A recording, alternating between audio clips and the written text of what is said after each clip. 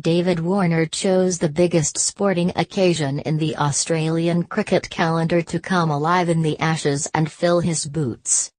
England's bowlers were made to look like nothing more than bowling machines as the Aussie opener tucked into a familiar selection of fast-medium morsels. The Boxing Day Test at the Melbourne Cricket Ground is an Aussie institution, and Warner gave the local crowd plenty more Christmas cheer, bringing up his 50 from 64 balls. By the lunch break, Warner, who is yet to get a ton in the series, had moved on to 83 not out, with his team sitting pretty on 102-0.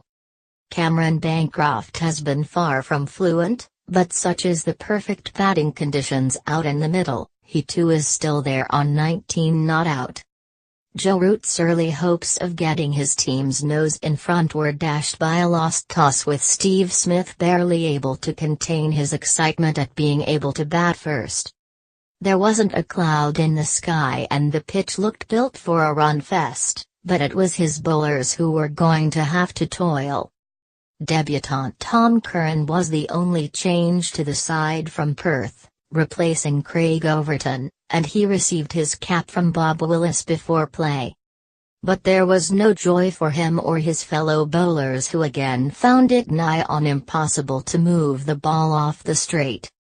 James Anderson and Stuart Broad were given the respect their careers demand, but they were anything but threatening when it came to taking a wicket. The same goes for Chris Wokes, Curran, and even Moeen Ali, who turned his arm over and was deposited back over his head for 6. The omens didn't look good for England before this game, and by lunch on day 1 they look even worse.